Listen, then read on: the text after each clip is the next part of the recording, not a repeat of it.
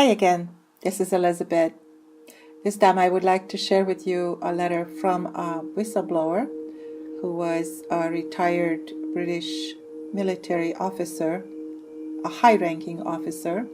He shared a letter back years ago with Project Camelot, and I wanted to share this letter with you because I think it's got a lot of significant messages in it about the future of humanity.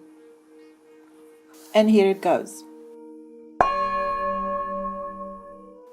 The wider picture remains to me quite unclear. Nonetheless, I have seen what will become of the physical shape of this world in a few short years to come. The overgovernment knows this too and is using this timeline as way of preparation.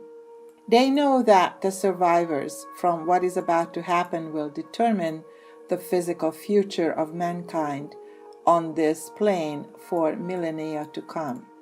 They see this as a race against time before time itself prevents them.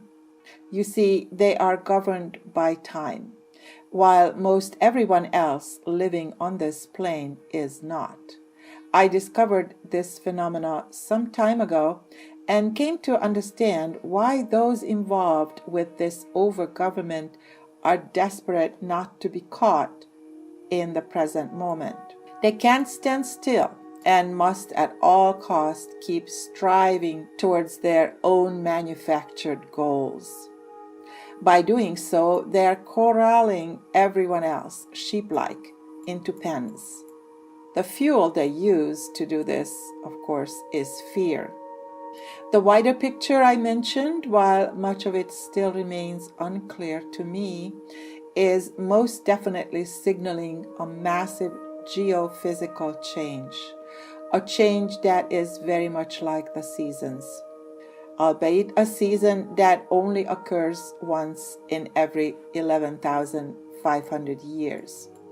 Those in overgovernment are very much aware of this season and are driven to survive this change with their bloodline intact and to remain in overall control, very much like it is now. So one big question to those awake to this change is, when will it happen? Personally, I have little idea of an exact time other than that it will be soon. I say soon. Soon to me is something that is highly likely to happen in my own lifetime. I say this since I was here during the last season of change and see again quite clearly a chain of events that cannot be confused with anything other than this change taking place again soon. Before this change happened last time, 11,500 years ago, there was much warning from those who were coming and going between space to Earth. These people were very much part of the human race at the time and not regarded as gods.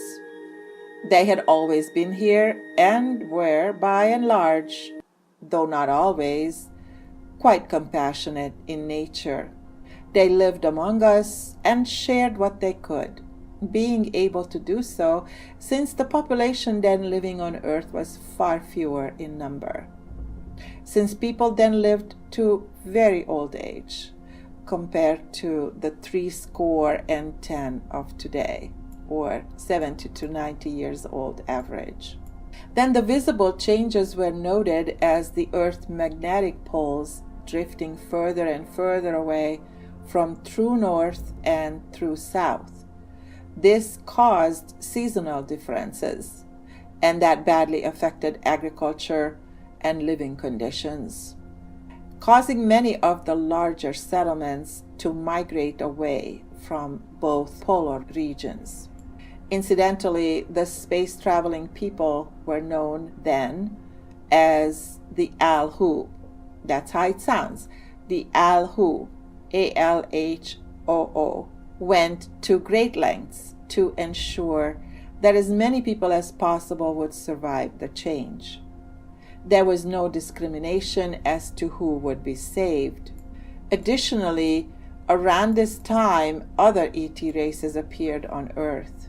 Some of these races interfered with the preparation being made by the Alhu, causing much disruption, which finally led to open conflict, both in space and here on Earth. This was a battle for domination that continued right up until the Earth's surface finally changed its position.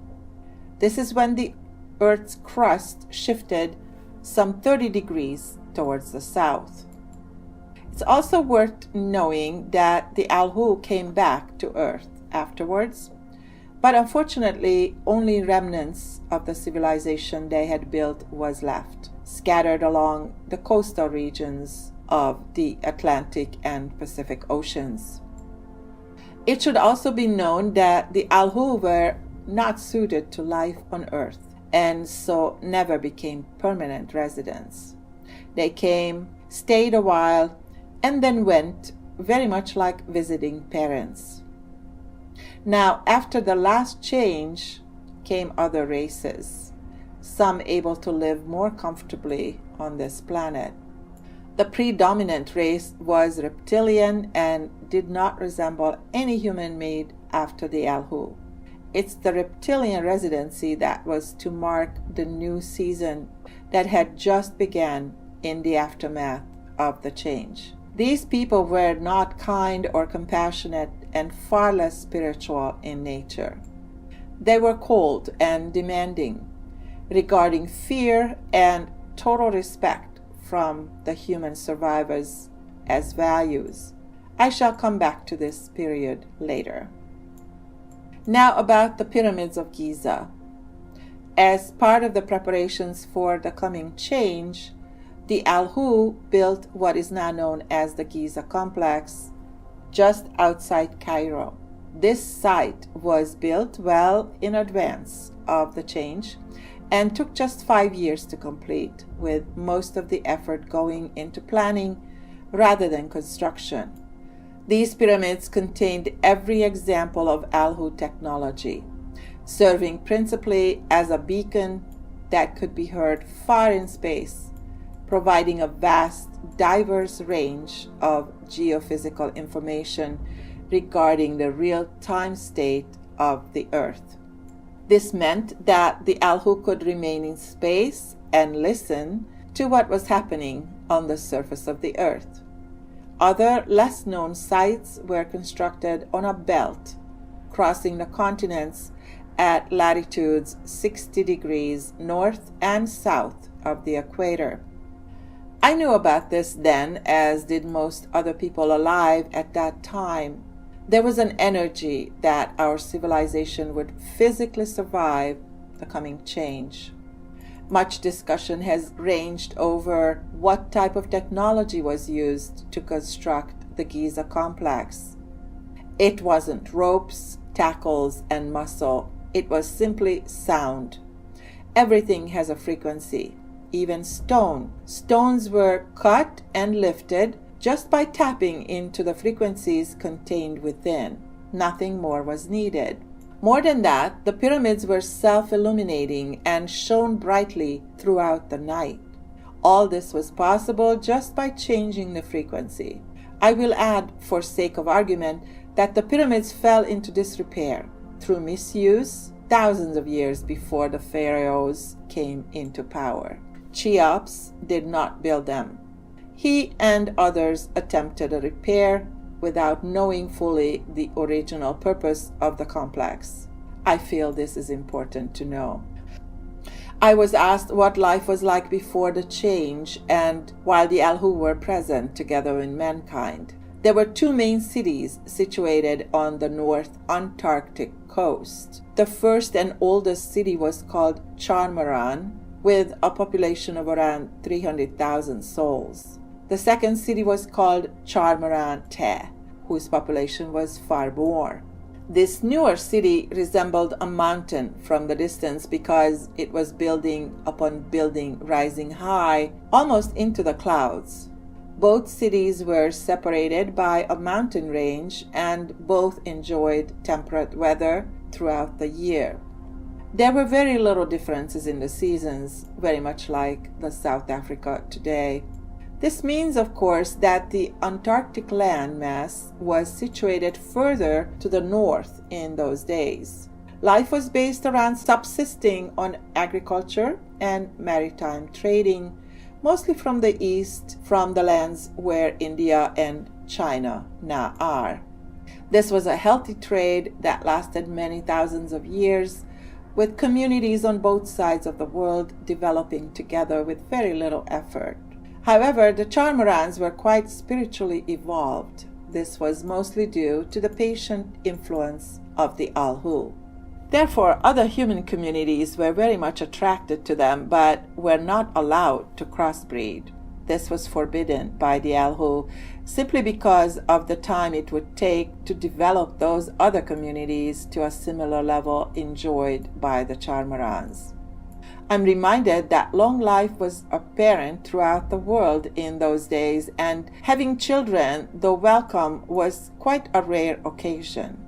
It was not unusual for someone to live healthily for over 1,000 years. Try to imagine your physical body continually renewing itself in a healthy, mature condition until such times that the spirit must move on. 1,000 years here on earth is quite enough for any soul.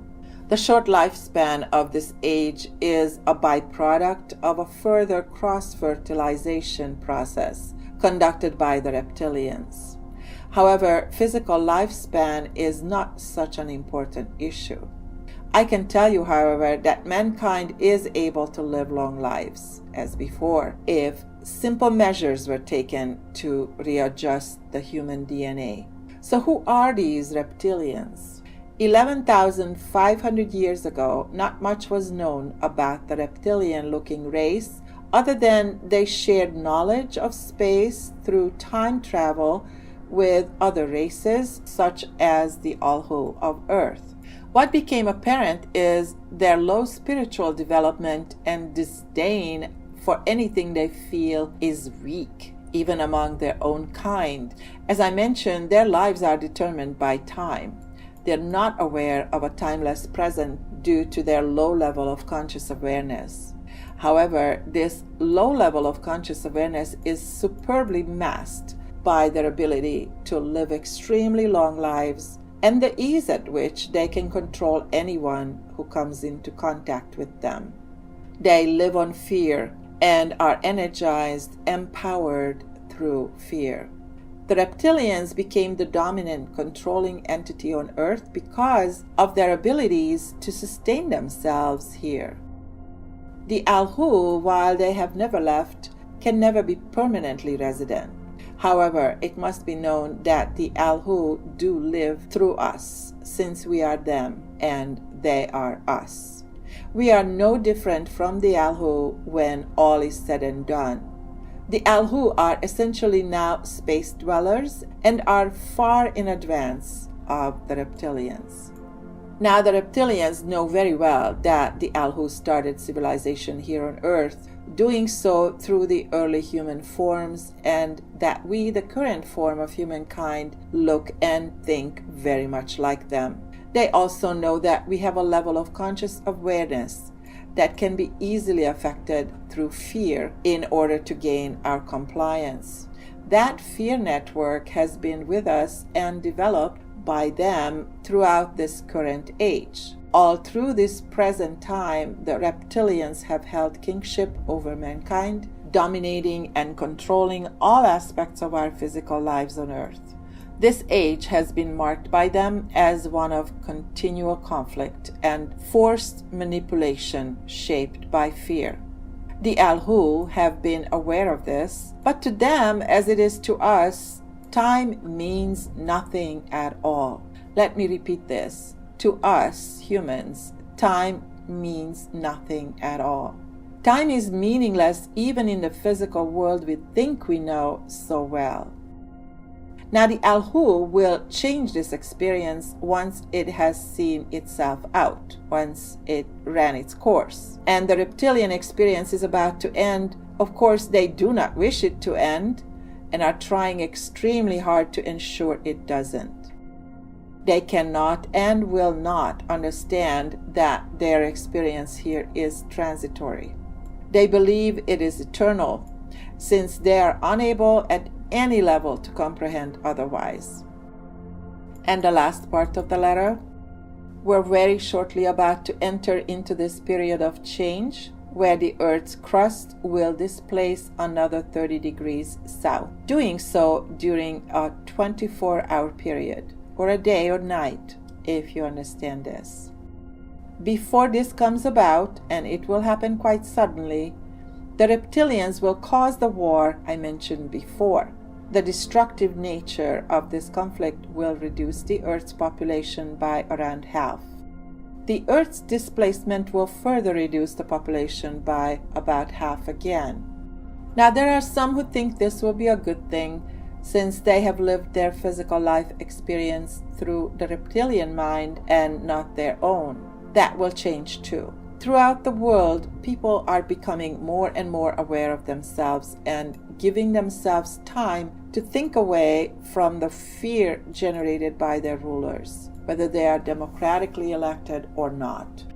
People now are more aware than they have been since the last change took place 11,500 years ago.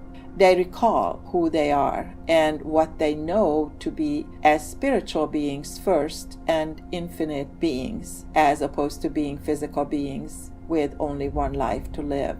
That awareness will spread, leading to the probability that all power held by the reptilians will be lost, leaving them very isolated but more physically dangerous than ever. No matter, their time here will pass suddenly. Will they move on? I don't know yet. All I know is that they will lose the power of fear over mankind, and by doing so, lose any level of power they now hold.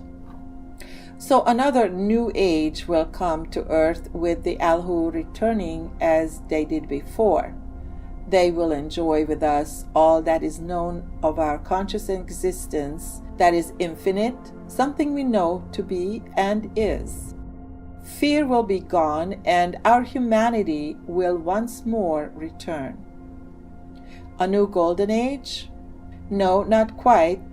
Life on Earth will remain difficult and painful in human form, but it will be lived without fear and can be a most rewarding experience that will brighten the spark of our infinite selves. And that's the end of the letter. Thank you for listening.